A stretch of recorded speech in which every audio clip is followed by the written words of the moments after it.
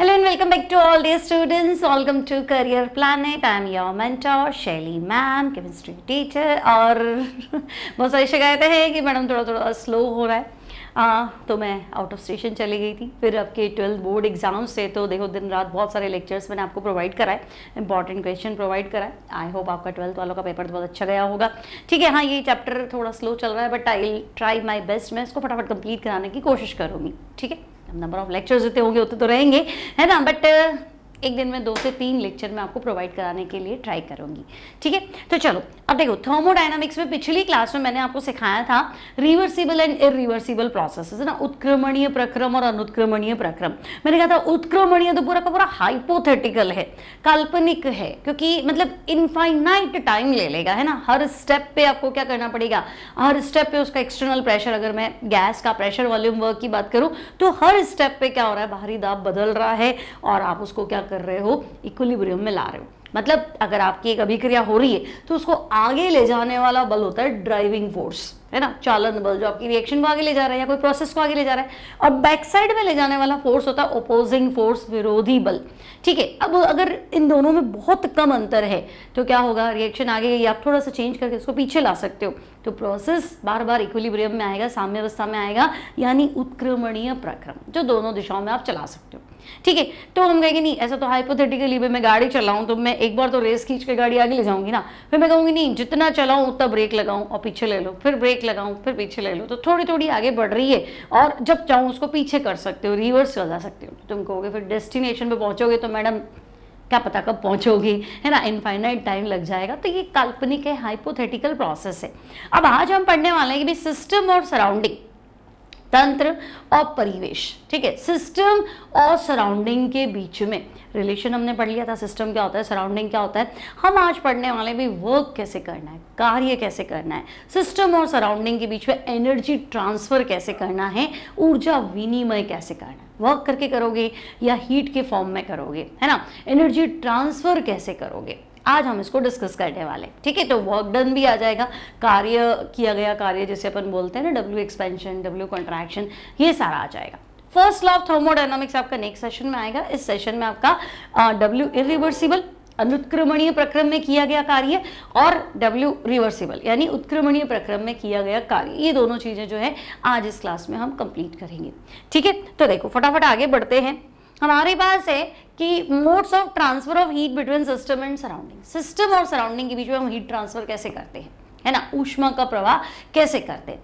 ठीक है, तो ये 2 तरीके से संभव है। कैसे, तो ऊष्मा ऊर्जा के रूप में, कार्य ऊर्जा के रूप में। अब क्या मतलब, तो मैंने आपको कहा आप खुद को एक सिस्टम मान लो, आप खुद ही एक तंत्र हो, आप अपने आप में एक सिस्टम हो। ठीक है, अब आप सराउंडिंग के साथ हीट ट्रांसफर कैसे करोगे, तो मान लो कि तुम बिल्कुल है ना तपती धूप में खड़े हो, है ना, और एकदम से तुम्हें कहा जाएगा नहीं एसी वाले रूम में चले जाओ जहाँ टेम्परेचर 16 है, और जहाँ तुम तपती धूप में खड़े थे वहाँ टेम्परेचर 40-45 था। ठीक है, तो 45 से अगर तुम 16 वाले टेम्परेचर में चले गए तो तुम कहोगे मेरी बॉडी तो एकदम गर्म थी, एकदम मैं तपती धूप में खड़ा था, एकदम तप रहा था खुद ही, है ना, 40 वाला टेम्परेचर मेरी बॉडी के पास था। अब मैं एकदम से मैडम आपने एसी में ला दिया तो धीरे धीरे मुझे क्या बैलेंस में आ जाओगे। ऐसे एसी में तुम क्या करोगे, गुड फील करोगे, है ना, लेकिन धीरे धीरे धीरे धीरे धीरे धीरे अपनी बॉडी से क्या होगी, गर्मी जाएगी। ठीक है, तो आप कहोगे यार मेरा टेम्परेचर 40 था या 45 था और एसी वाले रूम में टेम्परेचर कमरे का था कितना था, 16 था, तो धीरे धीरे हमारी बॉडी से हीट कहाँ चली गई, रूम में ट्रांसफर हो गई, है कि नहीं। अब रूम में बॉडी से हीट ट्रांसफर हो गई और थोड़ी देर बाद में, आधा घंटा, 15 मिनट, 20 मिनट में हम क्या हो गए, बराबर गुड फील करने लगते हैं कि हाँ भाई हम 16 वाले टेम्परेचर में आ चुके हैं। तो अगर आप और रूम का टेम्परेचर अलग अलग, है ना, अलग अलग था ना भाई, रूम का टेम्परेचर 16 था, आपका टेम्परेचर 40 चल रहा है, तो हम कहेंगे सिस्टम और सराउंडिंग डिफरेंट टेम्परेचर पे हो, तंत्र और परिवेश भिन्न भिन्न ताप पे हो, तो हीट ट्रांसफर तो होगा ऑब्वियस, है ना। तो हम कहेंगे हाँ भाई अगर मैं गर्म पानी रख दूं तो थोड़ी देर बाद में क्या हो जाएगा, वो ठंडा हो जाएगा, और बिल्कुल ही ठंडा पानी रख दूं बर्फ का तो थोड़ी देर बाद में क्या हो जाएगा, गर्म हो जाएगा, क्योंकि उसको परिवेश के साथ में क्या आना होता है, साम्य अवस्था बिठानी होती है, इक्विलिब्रियम स्टेट अचीव करनी होती। तो हम कहेंगे हाँ डायरेक्ट हीट के फॉर्म में ट्रांसफर हो ही सकता है। आगे ना बात समझ में, जैसे थियरी में तो लगा ओ ये क्या चल रहा है, तो कुछ भी नहीं, आप अपने आप को सिस्टम कंसीडर करो, फिर मैं अपने सराउंडिंग के साथ में हीट ट्रांसफर कैसे कर सकता हूँ, तो वो तभी पॉसिबल है जब हम दोनों अलग अलग टेम्परेचर पे हों, अलग अलग ताप पे हों। क्लियर। अब मैं कहूँगी नहीं, तुम दोनों सेम टेम्परेचर पे हो, है ना, मतलब तुम एसी वाले कमरे में हो और है ना तुम्हारा टेम्परेचर भी 16 चल रहा है ना, और एसी वाला बॉडी का, अपनी बॉडी का टेम्परेचर भी 16 और रूम का टेम्परेचर भी 16 चल रहा है। अब तुम बताओ, अब है ना तुम ना हीट ट्रांसफर कैसे करोगी? तुम कहोगे अब कैसे पॉसिबल है यार, बिल्कुल ठंडा ठंडा फील हो रहा है, मैं कैसे ना हीट ट्रांसफर कर सकता हूँ? सोचो, है ना, मान लो तुम एकदम बिल्कुल ठंडे कमरे में, 16 चलो बहुत कम हो गया, मान लो 20 या 25 डिग्री सेंटीग्रेड स्टैंडर्ड है ना, रूम टेम्परेचर होता है हमारा, 25 डिग्री सेंटीग्रेड टेम्परेचर पे तुम किसी रूम में हो। अब मैं कह रही हूँ कि नहीं, अपनी बॉडी से हीट ट्रांसफर करनी है तुम्हें, कैसे पॉसिबल है? तुम कहोगे मैं भी 25 पे हूँ और बाहर का टेम्परेचर भी 25 है, तो पॉसिबल नहीं है। सोचो कैसे है। अगर वही मैं तुम्हें कहूँ कि ना ऐसा करो, सेटअप करो, उठक बैठक करो, है ना, 100 करो, 200 करो, 500 करो, तो उतने एसी वाले टेम्परेचर में अभी बच्चे तुम्हें पसीना आने लग जाएगा, आएगा कि नहीं, है ना। मेरे को रनिंग करो, यही एक जगह खड़े होकर भागो भागो भागो भागो, भागते रहो, उसी जगह खड़े होकर भागते रहो। या मान लो ट्रेडमिल लगा लिया तुम्हारे लिए ना, दौड़ने वाली मशीन होती है ना ट्रेडमिल, वो लगा दिया, मैंने कहा चलो दौड़ो दौड़ो 15 मिनट। तो बच्चे 15 मिनट तुम दौड़ोगे ना तो तुम्हारी बॉडी गर्म हो जाएगी, पसीना आएगा, क्योंकि उसको तो अंदर का टेम्परेचर ठंडा रखना है, पसीना आएगा, बॉडी आपकी गर्म हो गई तो बराबर टेम्परेचर करने के लिए क्या करेगी, वो ठंडा पसीने के रूप में अपना टेम्परेचर बैलेंस रखेगी, है ना, संतुलन बनाएगी बॉडी, अपना ताप जो है अपनी बॉडी को ठंडा करेगी। ऐसे मान लो गर्म हो रही तो तुम कह रहे अभी तो 25 वाले टेम्परेचर पे मैं तो इक्विलिब्रियम में था, अब मुझे पसीना आ रहा है, मतलब टेम्परेचर चेंज हुआ, हीट ट्रांसफर होगा, है ना, मेरी बॉडी गर्म हो गई, बाहर का टेम्परेचर तो ठंडा है, तो वापस क्या होगा, बराबर करना पड़ेगा, तो हीट ट्रांसफर तो होगा बराबर करने के लिए, पहले भी था अब भी है। तो हम कहेंगे हाँ, अगर कार्य किया जाए तो भी तो हीट ट्रांसफर हो सकता है। तो वही तो कह रहा है इतनी देर से कि सिस्टम और सराउंडिंग में तुम्हें हीट ट्रांसफर करना है, 2 तरीके हैं, याद रखना, तंत्र और परिवेश। सिस्टम और सराउंडिंग, तंत्र और परिवेश में ऊष्मा प्रवाह करना है तो 2 तरीके, डायरेक्ट हीट फॉर्म। ऐसा कब होगा, जब दोनों का टेम्परेचर अलग अलग हो। लेकिन अगर दोनों समान ताप पे हो ना, जिस टेम्परेचर पे वातावरण का ताप है उसी टेम्परेचर पे मैं भी हूँ, अब मुझे हीट ट्रांसफर करना है तो मुझे कार्य करना पड़ेगा, तो in the form of work और in the form of heat, ऊष्मा ऊर्जा के रूप में और कार्य ऊर्जा के रूप में। इतनी बात क्लियर है। अब ऊष्मा ऊर्जा के रूप में कैसे, तो देखो, अगर तंत्र और परिवेश, अगर सिस्टम और सराउंडिंग अलग अलग टेम्परेचर पे हैं तो वो हीट से रिलेटेड है। मान लो मैंने लिखा सराउंडिंग और ये मेरा सिस्टम। अब देखो यहाँ हमने क्या मेंशन किया है कि भाई देखो, हमारे सिस्टम का टेम्परेचर T1 है, ठीक है, सराउंडिंग का टेम्परेचर क्या है, T2 है। फिलहाल मैं कह रही हूँ कि T1 ग्रेटर देन T2, है ना, सिस्टम का टेम्परेचर ज़्यादा है, सराउंडिंग का कम है।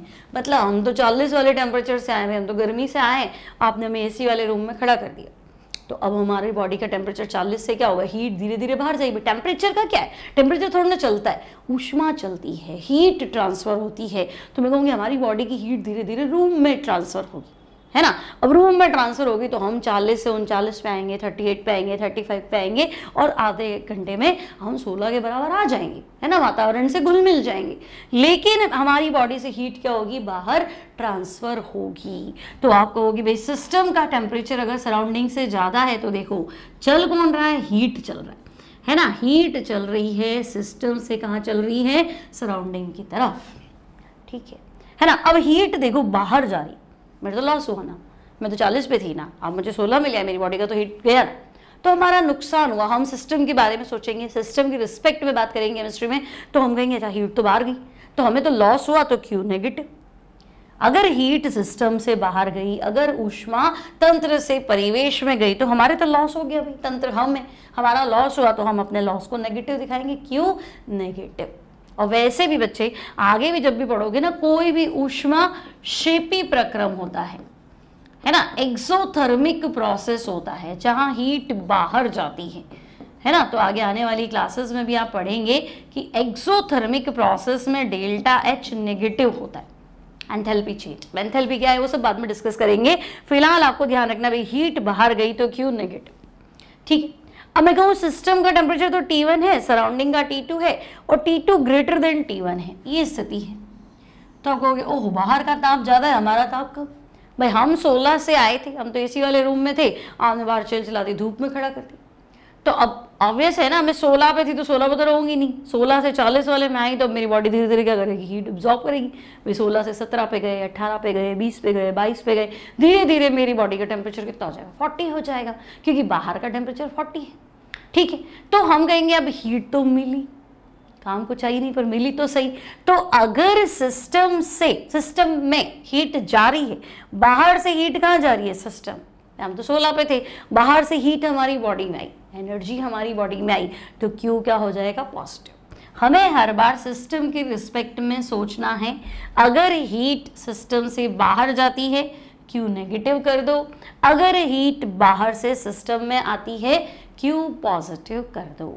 इतनी बात क्लियर है, समझ में आ गया। तो तंत्र और परिवेश के बीच में एनर्जी ट्रांसफर करना है, ऊष्मा का प्रवाह करना है। दो तरीके हैं, या तो दोनों अलग अलग टेम्परेचर पे हो, उसमें भी तुम्हें देखना होगा जिसका टेम्परेचर ज़्यादा है वहाँ से हीट कम टेम्परेचर की ओर चलेगी।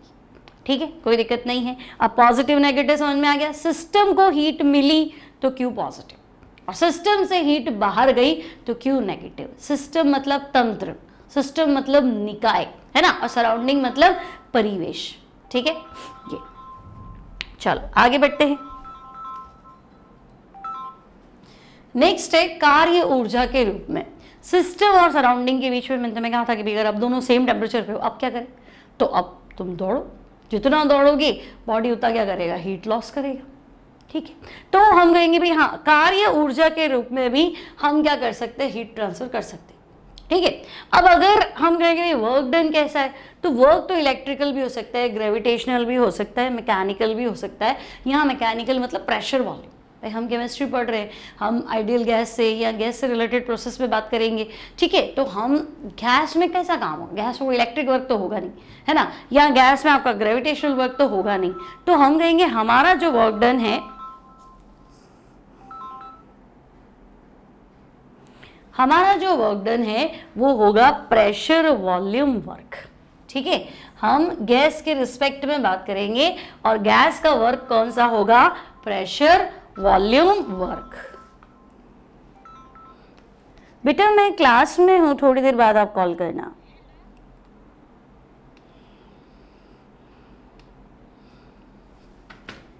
ठीक है बच्चों, तो हम कहेंगे चलो सिस्टम और सराउंडिंग के बीच में अगर हीट ट्रांसफर करना है तो एक तो दोनों अलग अलग टेम्परेचर पे हो, और दूसरा कब हो सकता है, कार्य ऊर्जा के रूप में। कार्य ऊर्जा हम कौन से काम में लेंगे, तो हम कहेंगे हम प्रेशर वॉल्यूम वर्क काम में लेंगे, गैस के रिस्पेक्ट में बात करें तो। क्लियर है, कोई दिक्कत नहीं यहाँ तक, है ना। अब प्रेशर वॉल्यूम वर्क क्या है, तो भाई देखो मान लो मेरे पास एक सिलेंडर है, उसमें गैस है, ऊपर मैंने पिस्टन लगा दिया। इमेजिन करो एक सिलेंडर है, पिस्टन लगा दिया हमने। अब या तो गैस काम करे, गैस कैसे काम करेगी, तो मैं कहूँगी गैस अपने आप ऊपर एक्सपैंड हो जाएगी, है ना। मान लो बलून है, तुमने एक बलून फुला दिया, वो अंदर हवा भरी हुई, ठीक है, अब वो छोड़ दिया ऊपर से, मान लो प्रेशर खोल दिया, उसका जो पॉइंट है उसको फ्री कर दिया, तो बलून अपने आप क्या हो जाएगा, पिचक जाएगा, है ना। तो उसकी सारी की सारी गैस क्या होगी, बाहर होगी, एक्सपैंड होगी, अपने आप हो सकता। लेकिन मैं कहूँ बलून में हवा भरनी, तो वो तो अपने आप नहीं हो सकता, तो बलून फैल जाएगा, है ना। ऊष्मा ही क्या बोलते हैं, गैस जो है वो प्रसारित हो गई, एक्सपैंड हो गई, वो तो अपने आप हो सकता है। लेकिन अगर मुझे गैस भरनी है, बाहर इतनी सारी हवा है, उसको अंदर भरना है, तो काम मुझे करना पड़ेगा। तो एक चीज़ क्लियर रखना कि कोई भी क्वेश्चन में अगर तुम्हें दिया हो गैस का आयतन 10 लीटर से 20 लीटर हो गया, मतलब गैस प्रसारित हुई, तो प्रसार होने में मुझे किसी हेल्प नहीं चाहिए, है ना। बलून अपने आप कंट्रैक्ट तो हो ही जाएगा, लेकिन बलून में हवा भरनी है तो फिर मुझे मदद चाहिए। तो जब गैस का प्रसार होगा मतलब गैस खुद काम कर लेगी। लेकिन मैं कहूँगी 20 लीटर पहले वॉल्यूम था, अब 10 लीटर हो गया, अब मुझे क्या करना पड़ेगा, गैस कॉन्ट्रैक्ट कब होगी, जब मुझे बाहर से क्या करना पड़ेगा, काम करना पड़ेगा। आगे बात समझ में। तो अगर प्रसारण होता है तो work done by the system, तंत्र काम करेगा। और अगर कंट्रैक्शन होता है ना, मतलब यहाँ गैस भरी हुई और मैं कहूँ नहीं इसको इतनी जगह में फिट करना है, तो मुझे बाहर से क्या करना पड़ेगा, प्रेशर लगाना पड़ेगा उसका वॉल्यूम कम करने के लिए। तो मैं कहूँगी भाई अब बाहर से काम करना पड़ेगा, यानी संपीड़न जब भी होगा तो वो अपने आप नहीं होगा, अब मुझे क्या करना पड़ेगा, उसके ऊपर काम करना पड़ेगा। तो प्रसारण में work done by the system, तंत्र खुद काम कर लेगा, लेकिन संपीड़न में work done on the system, तंत्र पर कार्य करना पड़ेगा। ठीक है, अब कैसे थोड़ा और डिस्कस करते हैं। देखो मान लो आपको कहा भी हमारे तो प्रेशर वॉल्यूम वर्क ही है, ठीक है, तो प्रेशर वॉल्यूम वर्क यानी दाब आयतन कार्य यानी पीवी वर्क की बात कर रहे हैं, है ना, पीवी वर्क की बात कर रहे हैं, प्रेशर वॉल्यूम वर्क की बात कर रहे हैं। तो देखो इस प्रकार का कार्य गैसीय तंत्र में गैस के प्रसार या संपीड़न में होता है। प्रसार मतलब आपकी गैस 10 लीटर है, आपने ढक्कन खोल दिया तो 10 की ऊपर उड़ गई और 20 हो गई, ठीक है। लेकिन संपीड़न मतलब अब मुझे उसको ऊपर से क्या करना पड़ेगा, प्रेशर मुझे लगाना पड़ेगा, मुझे उसको कॉन्ट्रैक्ट करना पड़ेगा, ठीक है। अब देखो इस प्रक्रम में बाह्य दाब के विरुद्ध आयतन में परिवर्तन होता है। प्रसार हुआ तो वॉल्यूम बढ़ जाएगा, संपीड़न होगा तो वॉल्यूम घट जाएगा, इतनी सी बात है, ठीक है। अब ये कह रहे देखो ये आपका सिलेंडर है ना, आपने इसमें पिस्टन लगा रखा है। पिस्टन आप ऐसे मान के चलो वेटलेस, फ्रिक्शनलेस, मतलब यूं नहीं, पिस्टन का खुद का कोई भार नहीं, आप इमेजिन करो हाइपोथेटिकली कि भार नहीं है, इसका खुद का कोई भार नहीं है ना, और फ्रिक्शनलेस, घर्षणहीन, ठीक है, क्योंकि डेटा चेंज हो जाता है घर्षण से भी, तो हमने कहा चलो भारहीन, घर्षणहीन पिस्टन है। अब बाहर वायुमंडल का दाब, एटमॉस्फेयर का प्रेशर जो है वो पी एक्सटर्नल है। अब आप कह रहे थे रुका हुआ ही है, तो पिस्टन रुका हुआ मतलब बाहर हवा जितना दाब लगा रहा है और गैस अंदर से जितना दाब लगा रही है, दोनों बराबर है, दोनों बराबर है, तो आपका पिस्टन अपनी जगह पे रहे। लेकिन अगर बाहर का दाब ज्यादा है तो भाई पिस्टन नीचे आ जाएगा, गैस क्या हो जाएगी, संपीड़ित तो हो जाएगी, है ना, यानी हमने सिस्टम पे काम किया। और बाहर का दाब कम है, गैस का दाब ज्यादा है, तो भाई ये पिस्टन जो है वो क्या हो जाएगा, ऊपर आ जाएगा, गैस क्या हो जाएगी, प्रसारित हो जाएगी, इतनी सी बात है ना। तो हमने दो वॉल्यूम ले लिए V1 और V2। यहां ऐसा लग रहा है कि भाई पहले वॉल्यूम ज्यादा था, अब वॉल्यूम क्या है, कम है, गैस जो है वो संपीड़ित हुई है, ठीक है, कुछ भी हो सकता है ना। और ये आपका चेंज इन वॉल्यूम है, पहले वॉल्यूम ये था, बाद में वॉल्यूम ये है, तो ये क्या है, ये चेंज इन वॉल्यूम है, ठीक है, इतनी बात क्लियर है।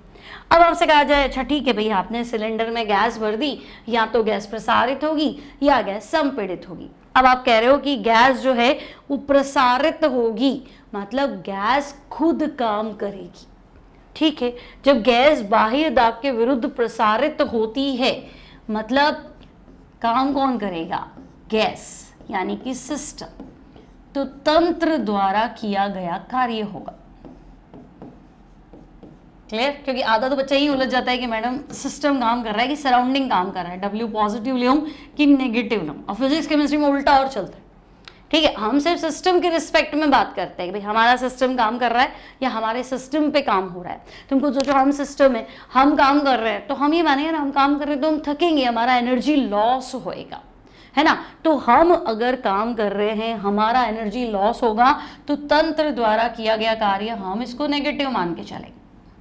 आई बात समझ में, हमारा फिक्स है, अगर तंत्र काम करेगा, work done by the system है, तो W नेगेटिव लेके चलना है। लेकिन गैस संपीड़ित हुई है, पहले इतनी थी, हमने उस पर प्रेशर लगा के उसको नीचे कर दिया, है ना, पिस्टन को हमने डाउन कर दिया, मतलब तंत्र पर किया गया कार्य, work done on the system, तंत्र पर किया गया कार्य,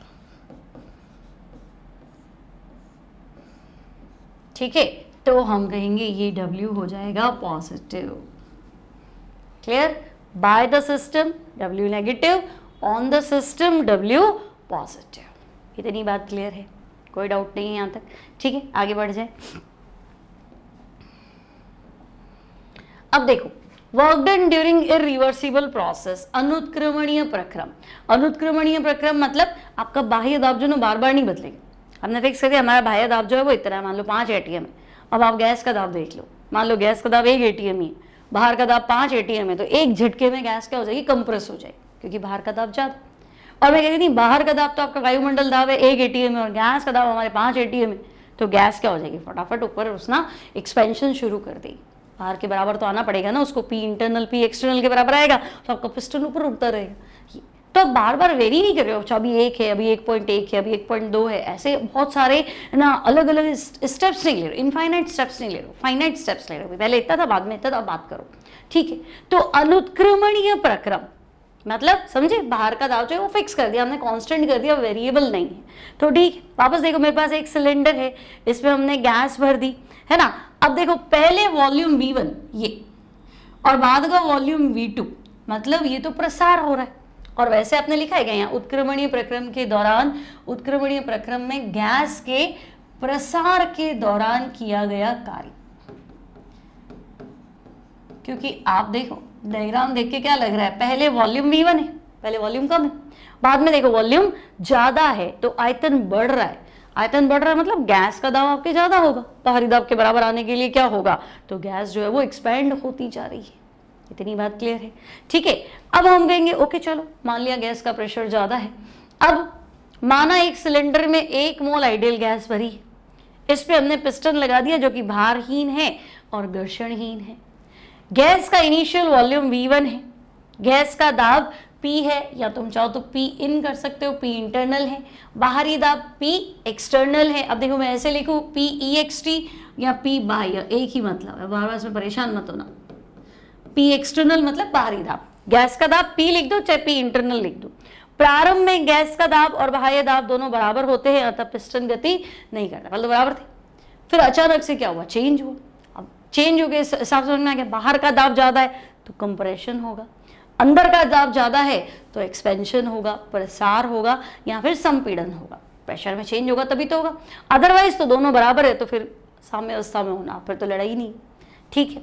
अब ये कह रहा है कि नहीं प्रसार हुआ है, पहले वॉल्यूम V1 था, बाद में वॉल्यूम क्या है V2 है, मतलब गैस का दाब भारी दाब से तो ज्यादा ही है। अब थोड़ा ज्यादा हो चाहे ज्यादा हो, ज्यादा तो है ही ना।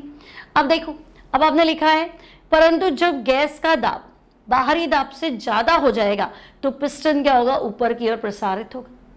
अब माना इस प्रसार में पिस्टन DL दूरी तय करता है, भाई पहले वॉल्यूम इतना था, बाद में इतना चला कितना है, तो हम कहेंगे ये इतना चला है, ये डिस्टेंस जो तय की है, ये तय की गई दूरी जो है वो DL है, और पिस्टन के अनुप्रस्थ काट का क्षेत्रफल ये मैं ले लेती हूँ A,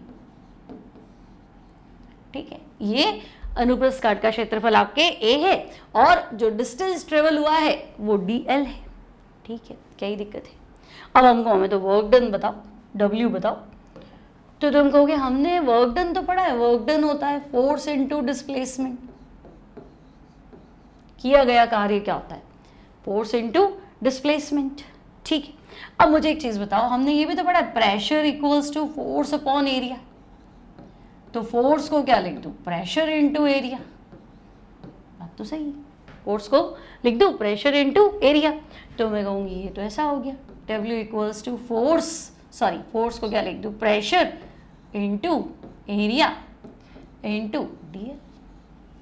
अब A इंटू DL, क्षेत्रफल इंटू दूरी तो आयतन है, लेकिन DL है चेंज है तो आयतन में परिवर्तन है ना। अब देखो हम यहाँ सीधा माइनस लिख दें क्या, W equals to minus P delta V, ठीक है। और P को मैं लिख देती हूँ P एक्सटर्नल, आपको लगेगा P एक्सटर्नल क्यों, P तो गैस का प्रेशर ले लेते, तो भाई कार्य हो गया तो गैस का दाब बाहरी दाब के बराबर आ गया ना, और गैस उठी किसके अगेंस्ट, बाहरी दाब के अगेंस्ट ही तो उठी कि बाहर का 5 ATM है तो 5 ATM के बराबर तो उड़ जाती हूँ, है ना भाई। मेरा कितना है, मेरा 10 ATM है, बाहर का 5 है, तो इसके अकॉर्डिंग जब तक साम्य अवस्था में नहीं आते हो तब तक तो इसका वॉल्यूम बढ़ा देती हूँ, ऐसे ही तो करना पड़ेगा, ठीक है। तो हम कहेंगे ओके, और माइनस क्यों, क्योंकि मैं तो गैस के प्रसार की बात कर रही हूँ, मैंने तो पहले ही कह दिया वॉल्यूम पहले कम है और बाद में तुम डायग्राम से देख लो वॉल्यूम ज़्यादा है, पहले वॉल्यूम V1 है, बाद में वॉल्यूम कितना है V2 है, ठीक है। तो भाई वर्क डन क्या था, तो हमने कहा था वर्क डन था फोर्स इनटू डिस्प्लेसमेंट। फोर्स क्या होता है, तो हम कहेंगे प्रेशर होता है फोर्स अपॉन एरिया, तो फोर्स होता है प्रेशर इनटू एरिया, तो आप यहाँ रख दो W equals to pressure into area into DL। अब A इंटू DL होता है चेंज सॉरी, है ना, A इंटू DL क्या होता है, तो हम कहेंगे भाई चेंज इन वॉल्यूम, ठीक है। तो हमने सीधी सीधी बात कर ली कि भाई यहाँ आप कर दीजिए W एक्सपेंशन, ठीक है। यहाँ तक किसी बच्चे को कोई डाउट नहीं है ना, आपको दे रखा है बुक में A इंटू DL आपका स्मॉल चेंज इन वॉल्यूम हो गया, ठीक है, और बाकी तो आपको कोई दिक्कत है नहीं, ठीक है। चलो मान लेते मैं ये था। अब देखो W एक्सपेंशन EXP, एक्सपेंशन मतलब प्रसार में किया गया कार्य, तो हम कहेंगे ठीक है माइनस P डेल्टा V मतलब फाइनल वॉल्यूम मतलब और इनिशियल वॉल्यूम, या फिर तुम कहोगे हमने तो V2 माइनस V1 पढ़ा था, तो आप वो लिख दो, है ना, final volume minus initial volume, ठीक है। अब V2 ग्रेटर देन V1 है तो आंसर माइनस में ही आएगा। और मान लो संपीड़न हो गया, पहले गैस 10 लीटर थी बाद में 1 लीटर होगी, तो पहले 10 लीटर थी बाद में 1 लीटर हो गई, तो आंसर माइनस में आएगा और माइनस माइनस अपने आप क्या हो जाएगा, प्लस। तो आपको सिर्फ एक फॉर्मूला पकड़ना है, W equals to minus P delta V. Delta V है final volume minus initial volume. अगर फाइनल वॉल्यूम बढ़ा है तो W अपने आप नेगेटिव आएगा।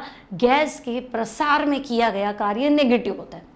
और अगर फाइनल वॉल्यूम कम है, बाद का वॉल्यूम इनिशियल वॉल्यूम ज़्यादा है ना, बाद में आयतन कम हो गया, मतलब गैस संपीड़ित हुई, तो यहाँ नेगेटिव आ जाएगा, नेगेटिव नेगेटिव पॉजिटिव हो जाएगा। तो गैस के संपीड़न में किया गया कार्य वैसे भी क्या होता है, पॉजिटिव।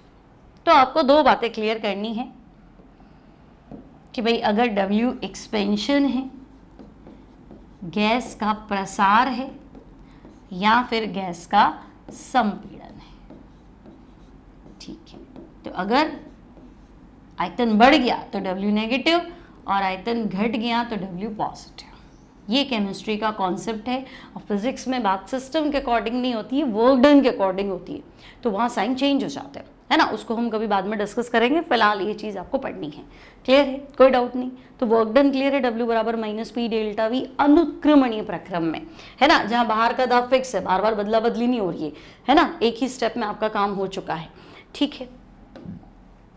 अब आपको कहा गया नहीं वर्क डन इन वैक्यूम में बात करूं।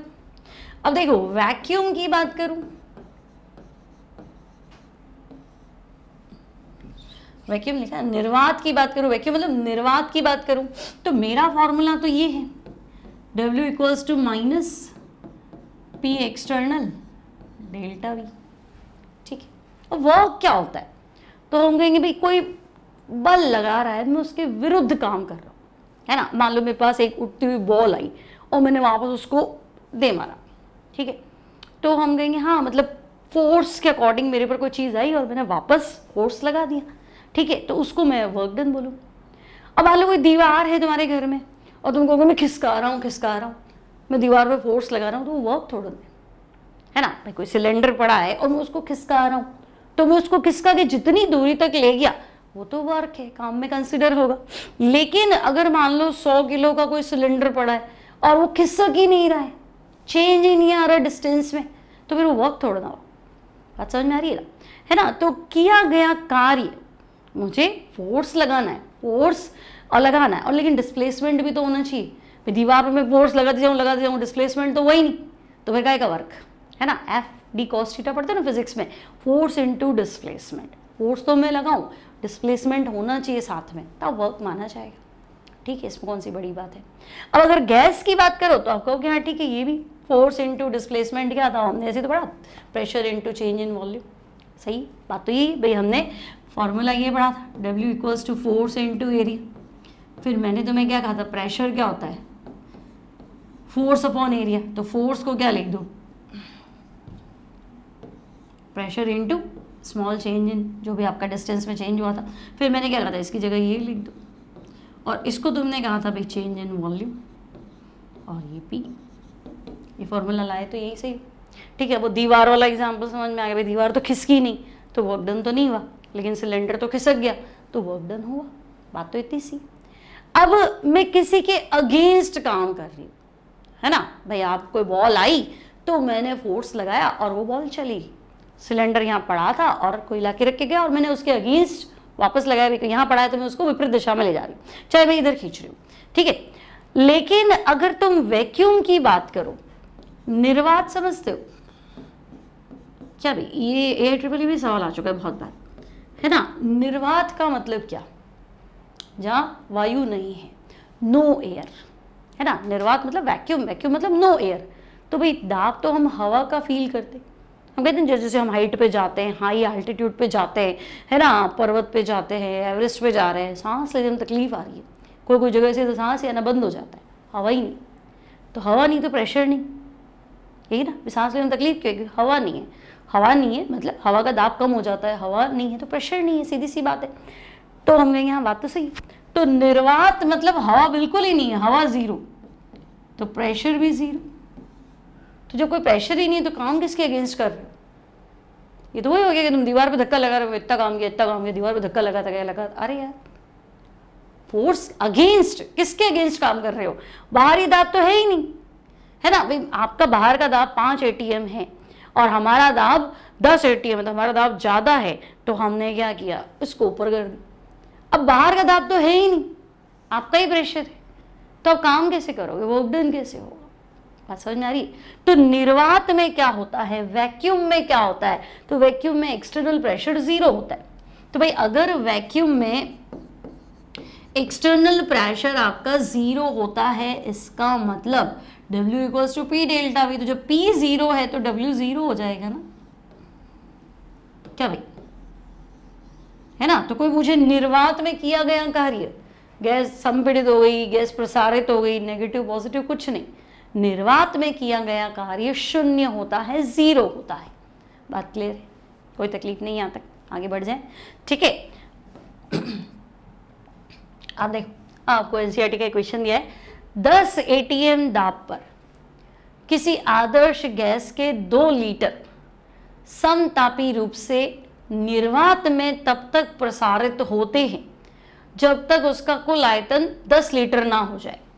तो भाई पहले तो आप आयतन दे रहे हो हमें कितना, 2 लीटर, ठीक है।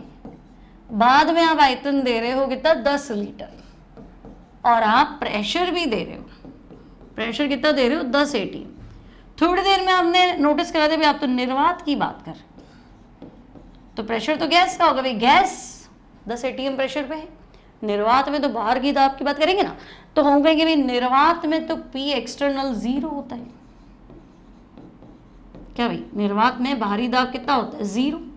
तो निर्वात शब्द तुम्हारे दिमाग में बैठ जाना, जो वैक्यूम वैक्यूम वैक्यूम मतलब दीवार पे धक्का लगा, फिर कह रहा कितना काम किया, कितना काम किया। अरे भाई कहाँ काम किया, दीवार पे धक्का लगाना कोई काम ही नहीं है, फोर्स हमारे, हमने किसी के अगेंस्ट काम नहीं किया है। कार्य क्या होता है, अगेंस्ट चलना। ट्रेडमिल पे चलते हो मतलब समझे, है ना, उल्टा चल रहे हो, ट्रेडमिल तो आपका यूं जा रहा है और आप आगे जा रहे हो, तब आपका है ना क्या होता है, एनर्जी लॉस होता है ना। तो हम कहेंगे हाँ यार, निर्वात में हम किसी के अगेंस्ट काम कर रहे हैं, किसी के अगेंस्ट कर रहे हैं, भारी दाब तो 0। तो निर्वात के अंदर W इक्वल्स टू क्या था, P एक्सटर्नल 0, में सीधा लिख दो W इक्वल्स टू 0, है ना। बाह्य दाब 0 होता है, आपका फॉर्मूला क्या था, W equals to minus P external और डेल्टा V। तो भाई बाह्य दाब 0 है इसलिए W 0 है, तो यहाँ मैं लिख दूँ W वैक्यूम 0 होता है, ठीक है। चलो बात हो गई थी। अब आपसे कहा गया कि भाई प्रसारित तो हुई ना, 2 लीटर से 10 लीटर प्रसारित तो हुई ना, मैंने तो दीवार पर धक्का लगाया ना, ठीक है, गैस तो प्रसारित हुई, किसी के अगेंस्ट नहीं हुई, तो क्या हुआ, पहले 2 लीटर थी, फैल के 10 लीटर आ गई, वर्क डन नहीं हुआ, मान लिया वर्क डन नहीं हुआ, हमने तो दीवार पर धक्का लगाया, ठीक है, वर्क डन नहीं हुआ। अब सेम उस रिस्पेक्ट में बताओ हीट। अब क्या होता है, देखो यहाँ आता है थर्मोडायनामिक्स का फर्स्ट लॉ। अब तुम्हें फर्स्ट लॉ पढ़ा नहीं है, आगे जो बताऊंगी। देखो हमारे पास एक और नियम है, delta E equals to Q plus W। कल वाली क्लास में, नेक्स्ट क्लास में आ जाएगा। ये थर्मोडायनामिक्स का फर्स्ट लॉ है, float, first law of thermodynamics. Delta E equals to Q plus W। फिलहाल एक लाइन और, जैसे मैंने तुम्हें कहा निर्वात, तो तुमने कहा P एक्सटर्नल 0, तुमने सवाल थोड़ा ना पूछा, इतना क्या सोचना, निर्वात है, हवा नहीं है, हवा नहीं है तो हवा का दाब नहीं है, हवा का दाब नहीं है तो भारी दाब 0, इतना क्यों सोचना। निर्वात मतलब P एक्सटर्नल 0, W 0, बात खत्म, एग्जाम में इतना ही लिखना, ठीक है। सिमिलरली अगर मैंने तुम्हें कह दिया समतापी, ताप समान, समतापी ताप समान, टेम्परेचर में कोई चेंज नहीं है। अगर तुम पहले एसी में थे तो तुम बाद भी एसी में, बाद में भी एसी में, और पहले अगर तुम 40 वाली चिलचिलाती धूप में थे तो बाद में भी तुम वहीं। तो जब ताप समान है तो अंदर की एनर्जी, इंटरनल एनर्जी में कोई चेंज नहीं आएगा। एक बात समझ में, अगर टेम्परेचर सेम है तो अंदर की एनर्जी, आंतरिक ऊर्जा जो काइनेटिक एनर्जी से रिलेटेड है, आने वाली क्लासेस बताऊंगी। समतापी प्रक्रम में डेल्टा E 0 होता है और निर्वात में W 0 होता है। क्यों, कैसे, आने वाली क्लास में बताऊंगी। अभी क्वेश्चन फंस गया तो चलो मैं करा देती हूँ, ठीक है। तो जैसे निर्वात में W 0, वैसे समतापी में डेल्टा E 0। अगर टेम्परेचर सेम है, अगर मैं तुम्हें एक जगह से दूसरी जगह नहीं लेके गई हूँ जहाँ टेम्परेचर चेंज हो रहा है, तो वहाँ आंतरिक ऊर्जा में परिवर्तन 0 होता है। अब तुमको हो गया ये फॉर्मूला चलाऊँ तो ये चीज़ भी 0 है, ये भी 0 है, मतलब कितनी ऊष्मा अवशोषित होगी, तो मैं कह दूंगी Q 0। फिलहाल मुझे इसका आंसर बनाना है, तो मैं इसका आंसर Q 0। नहीं तो फिर आधा यहाँ बताओगे बच्चों W वैक्यूम 0 होता है, अगला बाद में करेंगे, फिर अगला पता नहीं कब आएगा, है ना, अभी तो गैप भी आ रहा है इसलिए। चलो यहाँ तक बात क्लियर है, समझ में आ गया। शुरू कहाँ से किया था, सिस्टम और सराउंडिंग के बीच में एनर्जी ट्रांसफ़र कैसे करोगी, ऊष्मा का प्रवाह कैसे करोगी। एनर्जी तो चलती नहीं अपने आप, चलाना पड़ता है ना। मैं बोलूँगी ही नहीं तो साउंड वेव तुम्हारे तक पहुँचेगी ही नहीं, और बोलूँगी तो फिर जोर लगाना पड़ेगा, है ना। तो जोर लगाना पड़ेगा मतलब काम करना पड़ेगा। मेरे अंदर तो एनर्जी है पर अपने आप तो नहीं खर्च होगी, काम तो करना पड़ेगा। तो सिस्टम और सराउंडिंग में ट्रांसफ़र करना है, ऊष्मा प्रवाह करना है, तो दो तरीके थे। या तो दोनों अलग अलग टेम्परेचर पे हों तब तो चलेगी हीट अपने आप, फिर तो एफर्ट्स डालने की ज़रूरत नहीं है ना। भाई मेरा घर कितना भी ठंडा हो, लेकिन अगर बाहर बहुत गर्मी है तो आ जाएगा, हीट अपने आप आ जाएगी।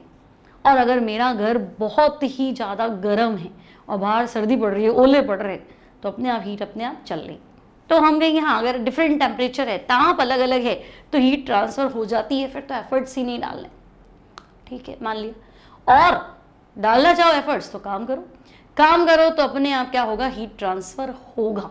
तो ठीक है, सिस्टम और सराउंडिंग, तंत्र और परिवेश में ऊष्मा का प्रवाह दो तरीके से होता है, डायरेक्ट हीट के फॉर्म में था और वर्क डन के फॉर्म में था। फिर मैंने आपके साइन बता दिए थे कि भाई अगर सिस्टम से हीट बाहर जा रही, मेरे तो लॉस हो रहा है, हीट लॉस हो रहा है, भले ही हाँ ठंडक फील हो रही है, हो मेरे 40 से 16 पे, हाँ कितना मज़ा आ रहा है, वो डिफरेंट थिंग है। मेरे तो 40 पे थी ना हीट, बाहर गई कि नहीं गई। तो सराउंडिंग में सिस्टम से हीट बाहर गई तो क्यू नेगेटिव, और सिस्टम के अंदर हीट आई तो क्यू पॉजिटिव। सिमिलरली तंत्र अगर काम करेगा तो हम काम करेंगे तो एनर्जी लॉस होगा, डब्ल्यू नेगेटिव, और तंत्र पे काम होगा, डब्ल्यू पॉजिटिव। पता कैसे चलेगा, तो भाई गैस उड़ेगी तो अपने आप, 1 लीटर थी 10 लीटर अपने आप हो जाएगी, तो गैस का प्रसार डब्ल्यू नेगेटिव। और अगर 10 लीटर थी, है ना, 10 लीटर थी तो 1 लीटर कैसे होगी, अपने आप बाहर जाएगी, नीचे दबेगी तो नहीं, वो तो मुझे कंप्रेस करना पड़ेगा। तो संपीड़न में गैस पे काम करना पड़ता है, डब्ल्यू पॉजिटिव। कार्य करने के दो तरीके थे, उत्क्रमणीय प्रक्रम और अनुत्क्रमणीय प्रक्रम। वैलिड हमारा अनुत्क्रमणीय प्रक्रम ही था जो डेली लाइफ में पॉसिबल है। उत्क्रमणीय हाइपोथेटिकल होता है, काल्पनिक होता है, क्योंकि उसमें भारी दाब बार बार बदलता है। ये सारी बातें क्लियर है। फिर ये निर्वात वाला कॉन्सेप्ट बता दिया, ठीक है। फर्स्ट लॉ ऑफ थर्मोडायनामिक्स आएगा जब बता दूंगी। फिलहाल ध्यान रखोगे समतापी प्रक्रम में आंतरिक ऊर्जा में कोई परिवर्तन नहीं होता, इंटरनल एनर्जी चेंज 0 होता है, और निर्वात में W 0 होता है। फॉर्मूले के हिसाब से अगर ये 0 है, ये 0 है, तो Q अपने आप 0 हो जाएगा। ठीक है, इसमें क्या है अब। अच्छा एक चीज और देखो, जब मैंने तुम्हें वर्क डन वाला फॉर्मूला सिखाया है ना, ठीक है, तो मैंने जब तुम्हें ये निर्वात वाला नहीं, इससे पहले चल लेते हैं। जब मैंने तुम्हें ये फॉर्मूला सिखाया W = -P ΔV, तो P क्या है, प्रेशर है, P क्या है, दाब है, बाहरी दाब बोलते थे, P एक्सटर्नल। मान लो ये तुम्हें ATM में दिया हुआ है और वॉल्यूम तुम्हें लीटर में दिया हुआ है, तो बच्चे W तुम्हारा ATM × लीटर आएगा। अब कार्य मतलब कार्य तो जूल में होना चाहिए, किया गया कार्य मतलब मेरा एनर्जी लॉस तो जूल में होना चाहिए। तो तुम्हें याद रखना है, कन्वर्ट करना आना चाहिए, क्योंकि एग्जाम में कन्वर्जन इंपॉर्टेंट है। 1 ATM × लीटर 101.3 जूल के बराबर होता है, क्योंकि फिर क्वेश्चन नहीं बनेंगे। 100 मान के मत करना, क्योंकि है ना अभी जो नीट के क्वेश्चंस है ना, उसमें ऑप्शन में आसपास आंसर आता है 500 509, और तो 500 जूल और 509 जूल तो फिर ये बहुत ज़्यादा फर्क आ जाएगा। तो 101.3 जूल 1 ATM × लीटर = 101.3 जूल, तब एग्जैक्ट आंसर आएगा। 100 मान के करोगे तो फिर लगभग आंसर आएगा, और पता चला ऑप्शन तो नज़दीक नज़दीक है तो उल्टा गलत करके आ जाओगे, इसलिए ध्यान रखना। ठीक है, वापस वहीं आती हूँ जहाँ छोड़ा था हमने। तो हमने कहा चलो PW वैक्यूम तो हमारे समझ में आ रहा है।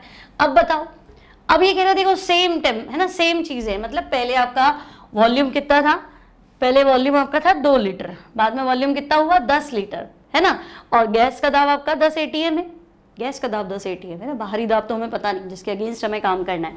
ठीक है, तो अब आप बताओ, पहले तो निर्वात था, अब ये कह रहे हैं नहीं निर्वात नहीं है, बाहरी दाब 10 ATM है ना, इसी प्रसरण में स्थिर बाहरी दाब, सॉरी 10 नहीं 1 ATM है, तो P एक्सटर्नल आप कह रहे हो 1 ATM है ना। पहले वॉल्यूम हमारा 2 लीटर था, बाद में वॉल्यूम आपने कहा 10 लीटर हो गया, ठीक है। तो इस प्रसरण में भाई अदा 1 ATM है, तो कार्य क्या होगा, किया गया कार्य, वर्क डन क्या होगा, ठीक है। भाई पहले तो वैक्यूम था तो बातें अलग थी, अब वैक्यूम तो है नहीं, तो मेरा फॉर्मूला तो ये है, मेरे को तो हमेशा ही माइनस लिखना है, W equals to minus P delta V, ठीक है। तो W equals to minus P external 1 delta V, change in volume, ठीक है। कितना हो गया, चेंज इन वॉल्यूम 8 हो गया। 10 लीटर से 2 लीटर से 10 लीटर गैस कभी प्रसारित हुई ना, प्रसारित हुई तो ठीक है, W नेगेटिव ही आएगा, नेगेटिव आ रहा है, और ये आंसर है मेरा ATM इंटू लीटर। लेकिन आना याद है ATM इंटू लीटर में तो देना नहीं है, जूल में देना, तो W बराबर माइनस 8 इंटू 101.3 जूल। सॉल्व कर ले, जो भी आंसर आए वो तुम्हारा बन जाएगा, ठीक है। तो W इक्वल्स टू आपका 8 ATM इंटू लीटर को 101.3 जूल से मल्टीप्लाई कर दे। क्लियर, समझ में आ गया। तो वैक्यूम वाला कॉन्सेप्ट क्लियर है, और अगर वैक्यूम ना है तो बाहरी दाब दिया है, गैस उसके अगेंस्ट जो है वो क्या हो गई, एक्सपैंड हो गई। क्लियर है, यहाँ तक भी कोई दिक्कत नहीं है। अब देखो, उत्क्रमणीय प्रक्रम में किया गया कार्य, तो उत्क्रमणीय प्रक्रम मतलब ऐसा प्रक्रम जिसमें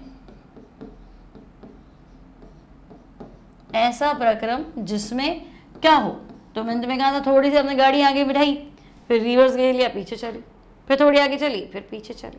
आगे चलने वाला ऑब्वियसली ज़्यादा है, पीछे आने वाला कम है, लेकिन स्टेप बाय स्टेप आप आगे बढ़ रहे हो, है ना। यूँ नहीं जितनी आगे ले गए उतनी पीछे ले गए, तब तो मतलब ही नहीं हुआ। लेकिन आपने हल्की सी, जैसे मान लो 1 मीटर भी चलाई हो तो 0.9 मीटर तो वापस पीछे ली, तो आप आगे तो बढ़े हो, लेकिन बैक लेके बढ़े हो।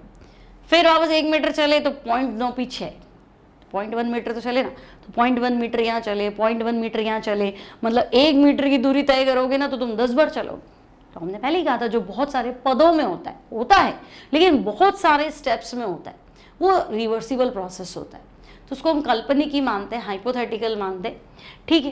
तो कहोगे ऐसा प्रक्रम जिसमें ड्राइविंग फोर्स मतलब आगे बढ़ने वाला बल, ड्राइविंग फोर्स और ओपोजिंग फोर्स यानी विरोधी बल में डिफरेंस जो है, विरोधी बल में अंतर वो बहुत कम होता है, ठीक है। बात तो सही, बहुत कम होता है। फिर मैंने आपको कहा था भाई आपको बहुत सारे स्टेप्स चलने पड़ेंगे, 1 मीटर तय करने के लिए आपको 10 बार तो चलना पड़ा, और मान लो 100 मीटर चलना है तो इंटू 100 1000 बार चलना पड़ेगा, तो नंबर ऑफ स्टेप्स बहुत ज़्यादा है ना। तो हम कहेंगे जो बहुत अधिक पदों में होता है या असीमित पदों में होता है, असंख्य पदों में होता है, बहुत अधिक पदों में होता है,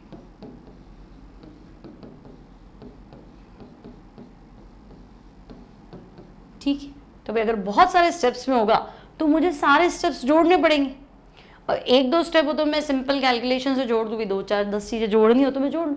असंख्य चीज़ें हैं तो हम इंटीग्रेशन करते हैं, पढ़ा था इंटीग्रेशन मतलब क्या, इंटीग्रेशन मतलब छोटे छोटे टुकड़े सबको जोड़ो, तो जब इनफाइनाइट नंबर हो तो इंटीग्रेशन करना पड़ता है। तो हम कहेंगे ठीक है ना, वर्क डन तो हमें पता ही है, मेरे को तो फॉर्मूला पता है ना, W एक्सपेंशन W प्रसार इक्वल्स टू क्या होता है, माइनस P डेल्टा, ठीक है, और यहाँ P एक्सटर्नल था, ठीक है। अब आप कह रहे हो कि भाई ना गैस जो है वो बहुत सारे पदों में धीरे धीरे क्या हो रही है, बहुत सारे स्टेप्स के बाद वो प्रसारित हो रही है, तो ये जो P एक्सटर्नल है ना, आप इसको ऐसे भी तो लिख सकते हो, P इंटरनल प्लस DP।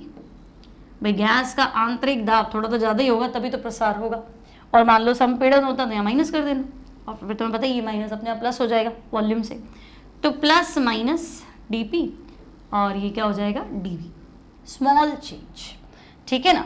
अत्यंत सूक्ष्म परिवर्तन के लिए, क्योंकि रिवर्सिबल और इरिवर्सिबल पिछले टर्म पे बताए थे, है ना। इरिवर्सिबल एक झटके से, एक बार मैंने कंप्रेस कर दिया, अब आप देख लो पहले वॉल्यूम इतना था बाद में इतना है ना, लेकिन यहाँ एक झटके से नहीं, यहाँ मैंने कहा था एक डस्ट पार्टिकल डाला तो बाहर का दाब थोड़ा ज़्यादा हुआ तो गैस थोड़ी नीचे गई और फिर उसको लगा एक ही तो पार्टिकल है, वापस बैलेंस, फिर एक पार्टिकल और डाला, फिर एक पार्टिकल और डाला, फिर एक पार्टिकल और डाला। मतलब जो तुमने एक झटके में काम किया उसको मैंने भी इतना का इतना भारी दाब बढ़ाया, लेकिन मैंने बहुत छोटी छोटी गोलियां डाल डाल के मैंने 500 स्टेप्स में वो काम किया।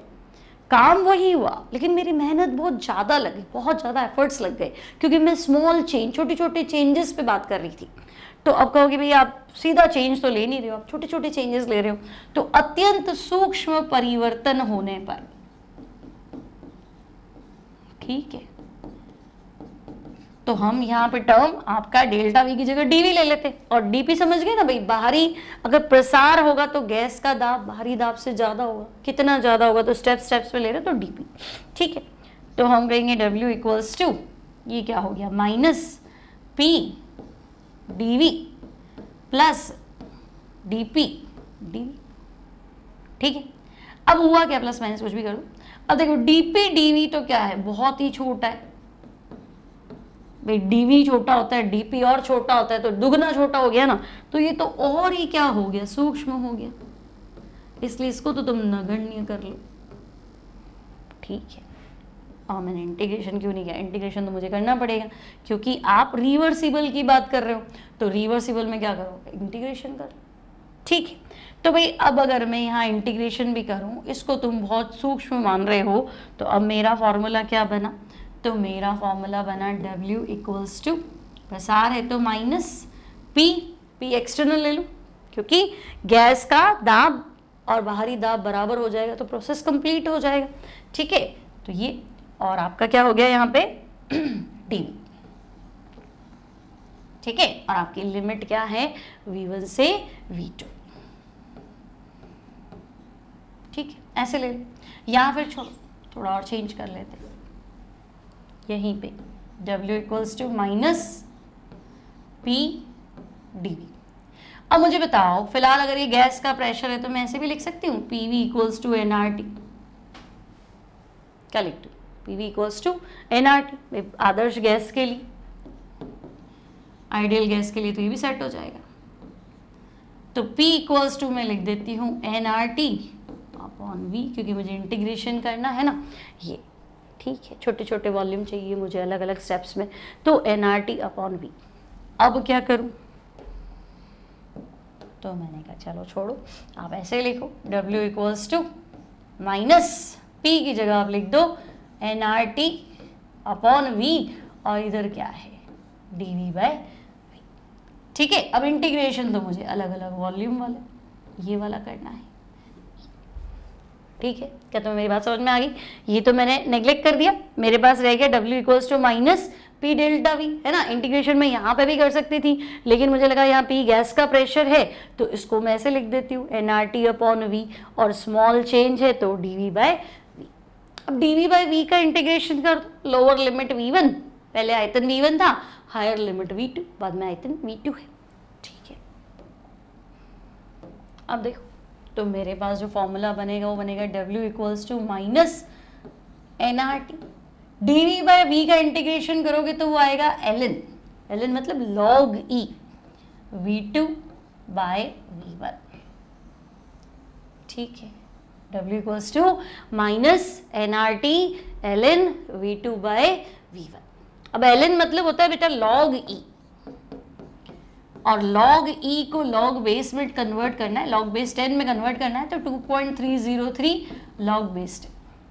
log बेस 10 इसलिए चाहिए क्योंकि एग्जाम में जो log की वैल्यू दी हुई होती है वो log बेस 10 पे दी हुई होती है, या कैलकुलेटर से निकालोगे ना तो log बेस 10 पे होता है, ठीक है। ये नेचुरल log है, ये बेस 10 है, तो हम कहेंगे इसमें क्या ही फर्क पड़ेगा, हम ऐसे कर लेते हैं, minus 2.303 nRT log V2 by V1, ठीक है। माइनस मतलब एक्सपेंशन हुआ, लेकिन ये जो वर्क डन हुआ ना बच्चे, ये W रिवर्सिबल है, उत्क्रमणीय प्रक्रम में गैस द्वारा किया गया कार्य, इंटीग्रेशन लेके निकाला है हमने, बात क्लियर है, यहाँ तक कोई दिक्कत नहीं है। रिवर्सिबल होता तो तुम, सॉरी इरिवर्सिबल होता तो माइनस P डेल्टा V, कोई टेंशन नहीं था, लेकिन यहाँ P को आपने सेट किया है आइडियल गैस इक्वेशन से, P इक्वल्स टू मैंने लिखा है nRT बाय V, अब कहीं एन नहीं दिया हो तो 1 मोल गैस है तो नहीं हो, और 1 मोल से ज़्यादा है तो मल्टीप्लाई कर लेना। अब आपने ये भी तो पढ़ रखा है भाई P1 V1 equals to P2 V2, तो V2 बाय V1 की जगह क्या लिख सकते हो, तो हम कहेंगे V2 बाय V1 की जगह हम P1 बाय P2 लिख सकते हैं। तो फिर डालो यहाँ पे इसको, तो W equals to -2.303 nRT log base 10 P1 upon P2। ठीक है, ये हमारा हो गया W रिवर्सिबल, है ना। W reversible equals to -2.303 nRT log base 10 P1 by P2। ये दोनों फॉर्मूले याद रखने हैं, ये उत्क्रमणीय प्रक्रम के दौरान किया गया कार्य। अनुत्क्रमणीय में -P डेल्टा V, और इधर -2.303 nRT log base 10, या तो V2 बाय V1 कर दो या P1 बाय P2 कर दो, ठीक है, कोई टेंशन ही नहीं है ना। कुछ न्यूमेरिकल आए वहाँ nRT नहीं होगा, तो PV इक्वल्स टू nRT होता है ना, तो मान लो ऐसा कुछ दिया हो, V2 दिया, V1 दिया, टेम्परेचर दिया, कोई बात नहीं, प्रेशर दिया तो nRT की जगह PV लिख देना, क्वेश्चन बन जाएगा, ठीक है। ये अब देखो, मान लो इक्वेशन तुम्हें दिया 3 मोल आदर्श गैस, ठीक है भाई, आदर्श गैस है मेरे पास 3 मोल आदर्श गैस को 60 लीटर से 20 लीटर संपीड़ित कर रहा है, मतलब W पॉजिटिव है, ठीक है। 60 लीटर में पहले आयतन 60 लीटर था और बाद में आयतन जो है वो 20 लीटर है, और मैं अपने फॉर्मूले से माइनस हटा दूंगी, ठीक है ना। 20 लीटर तक समतापीय उत्क्रमणीय रूप से संपीड़ित किया गया, और किया गया कार्य W भी दे रखा है। W कितना है 8.5 किलो जूल, यानी 8.5 into 10 to the power 3 joule, ठीक है। तो गैस का आइडियल बिहेवियर मानते हुए गैस का ताप ज्ञात करो, ठीक है। W कंट्रैक्शन 2.303, मैंने कहा हम अपने फॉर्मूले से पहले ही माइनस गैप कर देंगे, nRT log base 10 V2 by V1, और वर्क तो में दिया वही है ना, 8.5 इंटू 10 की पावर 3 मतलब 8500। कितने मोल गैस है भाई, 3 मोल गैस है। R की वैल्यू है ना, तो W मुझे जूल में चाहिए, तो R की वैल्यू जूल में रखो 8.314। टेम्परेचर मुझे फाइंड करना है, V2 फाइनल वॉल्यूम 20 है और यहां का वॉल्यूम 60, ठीक है।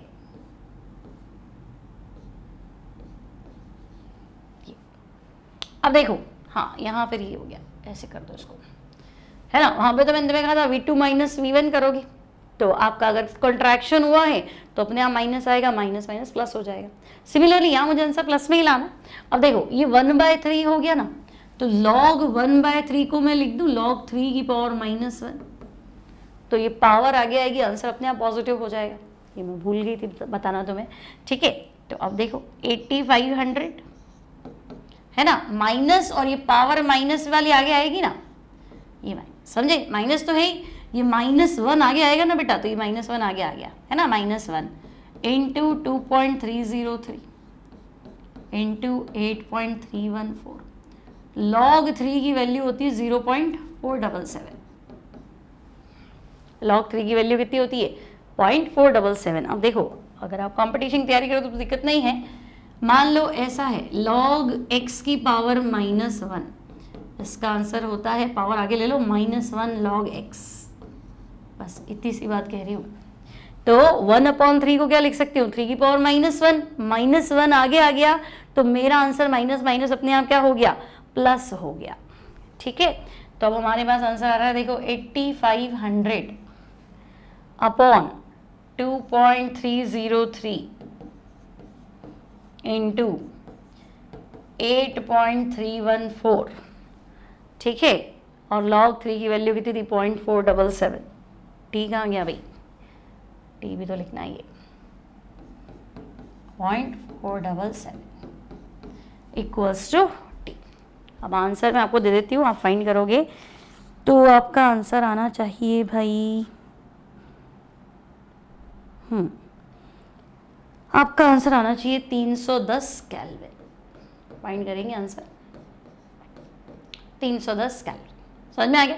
वैसे तो हमें पता है संपीड़न है, आंसर W पॉजिटिव होना चाहिए, लेकिन अब W पॉजिटिव आपने V2/V1 रखा है ना, हम V1/V2 रखते तो वैसे ही पॉजिटिव आता। हमने ऐसा किया, पूरा सॉल्व किया, तो ठीक है, हमारा आंसर वापस घूम फिर के प्लस आ जाएगा, तो इतना टेंशन नहीं लेना है। क्लियर है? कोई डाउट नहीं? तो W irreversible clear, W reversible clear, है ना? अब देखो क्या है हमारे पास। हाँ, ये क्वेश्चन आ चुका है, देखो जेईई मेंस में 2019 फर्स्ट शिफ्ट में 12 अप्रैल।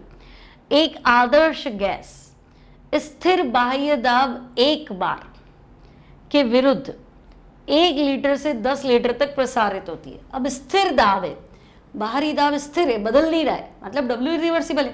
क्योंकि बहुत बार बोलेगा कि मुझे क्या पता उत्क्रमणीय प्रक्रम है कि अनुत्क्रमणीय, तो मैंने तुम्हें क्या बताया था, उत्क्रमणीय में हर थोड़ी देर में बाहर का दाब बदल रहा है ना, पहले 1 ड्रॉप डाला, फिर दूसरा डाला, फिर तीसरा डाला, तो थोड़ी थोड़ी देर में क्या हो रहा है, दाब बदल रहा है।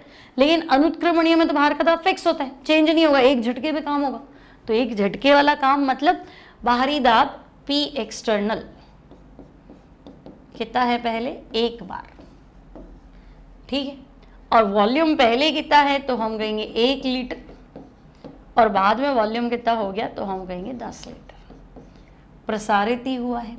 W equals to minus P delta V, तो W equals to minus, sorry answer minus में, 1 प्लस में, तो ये तो गलत हो गया, आंसर तो माइनस में आएगा। 1 और delta V 10 litre minus 1 litre कितना हो गया, 9, ठीक है। अब देखो ये आया बार इंटू लीटर,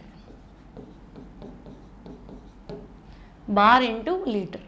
अब हमने तो ना ATM इंटू लीटर याद किया था, तो यहाँ कोई ज़्यादा फर्क नहीं है, ठीक है। अगर आपको इसको जूल में कन्वर्ट करना है तो -9, आप इसको लमसम है ना, लगभग बता रही हूँ, लगभग ही आएगा, 101.3 से मल्टीप्लाई कर लो तो ये जूल में बैठ जाएगा, है ना, मतलब समझे 909, है ना। हालांकि 101.3 से थोड़ा सा कम हो जाएगा, लेकिन अब इतने सारे डेटा तुम्हें कन्वर्जन याद नहीं होंगे, तुम एक याद कर लो कि भाई 1 ATM इंटू लीटर जो है वो 101.3 जूल के बराबर होता है। बाहर में तब भी मैं ये कर लूँगा, लगभग आंसर आ जाएगा, कोई फर्क नहीं पड़ेगा। मतलब ऐसा नहीं है कि अब मैं तुम्हें को आंसर पास में आ गए, तो यहाँ नहीं चेंज आएगा, क्योंकि यहाँ बहुत माइन्यूट चेंज होता है पॉइंट्स में ऐसे। तो ठीक है, -909 आंसर होना चाहिए, तो 909 तो जूल होना चाहिए, तुमसे आंसर किलो जूल में पूछा है, तो 900/1000 कितना आएगा, 909 हुआ ना।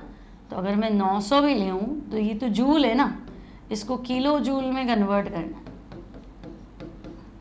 तो 1000 से डिवाइड करना पड़ेगा। तो फिर मेरा आंसर तो 0.9 हुआ और माइनस में हुआ, तो आंसर हो जाएगा माइनस का 0.9 किलो जूल। क्लियर है ना। देखो आंसर कैसे आते हैं, आसपास आते हैं, यहाँ बच्चा फंस जाता है, अगर यार ये क्या दे दिया, ये ध्यान रखता है ना। नाउ एक भार रहित पिस्टन, पिस्टल नहीं हो, पिस्टन है, भार रहित पिस्टन के द्वारा प्रसारण, ठीक है, वॉल्यूम चेंज हो गया, के लिए किया गया कार्य जब बाह्य दाब P परिवर्तनशील हो। तो बाहरी दाब तुम बार बार बदल रहे हो, तो भाई बाह्य दाब परिवर्तनशील है, मतलब प्रोसेस कैसा है, रिवर्सिबल। क्योंकि उत्क्रमणीय प्रक्रम में क्या होती है, शांति नहीं होती, बार बार चेंज करना पड़ता है, पता नहीं अनंत स्टेप्स ले जाते हैं। तो हमने क्या किया था, हमारा फॉर्मूला तो ये था W equals to P delta V या माइनस P डेल्टा V। फिर हमने क्या कहा था, अगर रिवर्सिबल है तो इंटीग्रेशन कर दो, है ना। तो इंटीग्रेशन कर दो, तो देखो प्रसारण है तो माइनस तो ले लूँ, लेकिन इंटीग्रेशन करना पड़ेगा, तो मेरा आंसर फर्स्ट हो गया। क्लियर है।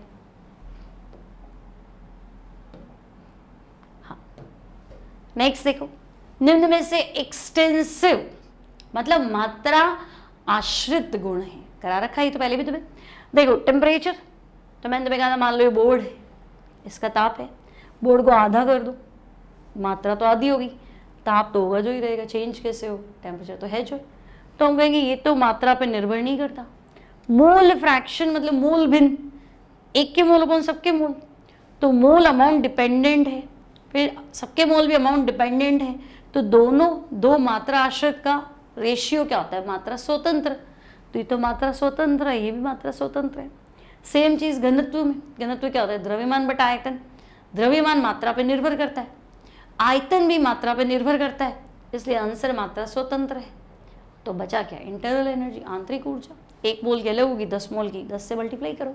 तो एनर्जी हमेशा जब तक अपर मोल पर ग्राम नहीं बोलोगे तब तक डिपेंड करेगी। फिर नेक्स्ट भी सेम क्वेश्चन है, विच इज एक्सटेंसिव, विस्तारात्मक है ना, मात्रा आश्रित गुण है। तो प्रेशर नहीं, प्रेशर अमाउंट डिपेंडेंट नहीं होता। पीएच, पीएच क्या होता है, नेगेटिव लॉग ऑफ HIN, सांद्रता मोल प्रति लीटर। तो मोल भी अमाउंट डिपेंडेंट, प्रति लीटर भी अमाउंट डिपेंडेंट, मतलब दोनों का रेशियो स्वतंत्र। एंथैल्पी, 1 मोल पदार्थ को जलाऊंगी तो इतनी हीट चेंज आएगा, तो 10 मोल को जलाऊंगी तो सेम आएगा क्या, नहीं। क्या 1 लीटर पेट्रोल खर्च करूंगी तो इतनी चलेगी, तो 10 लीटर में इतनी चलेगी क्या, नहीं, अलग अलग ऊर्जा हुई। लेकिन इंटरनल एनर्जी पर मोल, अभी तो आपने कहा था नहीं आंतरिक ऊर्जा मात्रा निर्भर करती है, अब आप कह रहे हो मात्रा स्वतंत्र है। पर मोल, प्रति, आप तो 1 मोल पे बात कर रहे हो भाई, कुरकुरे का 1 पैकेट 10 रुपए का है, तो 100 पैकेट तो होंगे, मात्रा पे निर्भर करेगा। 1 पैकेट 10 रुपए का है तो 100 पैकेट तो आपके है ना 10 से मल्टीप्लाई कर दो 1000 रुपए के हो गए। लेकिन मैं कह रही हूँ कि प्रति मोल मुझे तो 1000 पैकेट पड़े, 1 का रेट बताओ, और 500 पड़े, 1 का रेट बताओ, 5000 पड़े तो भी 1 का आंसर बताओ। तुमको कहना 1 का तो फिक्स ही होगा ना, मेरे पास कितने हो, आपको क्या लेना देना। तो जब तुम प्रति मोल पे आ जाते हो तो तुम खुद ही अमाउंट कांस्टेंट कर लेते हो, तो डिपेंड ही नहीं करेगा आपके पास कितना है, मुझे क्या लेना देना। तो प्रति मोल जब पूछ लिया ना तो अब वो मात्रा पे निर्भर नहीं करेगा, तो ये भी नहीं। एंथैल्पी आपका अमाउंट डिपेंडेंट है, मात्रा आश्रित है, विस्तारात्मक है, एक्सटेंसिव है। 4 नाम हो जाते हैं ना, विस्तारात्मक, मात्रा आश्रित, एक्सटेंसिव, 3 नाम हो जाते हैं। एक गहन, इंटेंसिव, मात्रा स्वतंत्र, तो थोड़ा सा आदमी डिसबैलेंस हो जाता है। चलो यहाँ तक क्लियर है, समझ में आ गया। अब यहाँ तक का क्वेश्चन कर रहे हो, मतलब पूरा लेक्चर बराबर देख रहे हो, और पूरा लेक्चर देख रहे हो तो एक लाइक तो बनता ही है, एक शेयर बनता है, एक लाइक बनता है, एक कमेंट बनता है, आपको अच्छे समझ में आ रहा है नहीं आ रहा है, और क्वेश्चंस की प्रैक्टिस की नीड है। एक मैंने और क्वेश्चन प्रैक्टिस के लिए अलग से चैनल बनाया है, इसको भी फिलहाल करियर प्लानेट नाम दिया है, आगे मैं उसको career planet NEET JEE problems convert में कर दूंगी, आपको लिंक दे दूंगी डिस्क्रिप्शन बॉक्स में, आप उस पर इसके प्रैक्टिस क्वेश्चंस जरूर करना, ठीक है। तो फिलहाल आज की क्लास यहीं पे स्टॉप करते हैं, मिलते हैं नेक्स्ट टाइम नेक्स्ट क्लास में। Till then take care and bye bye.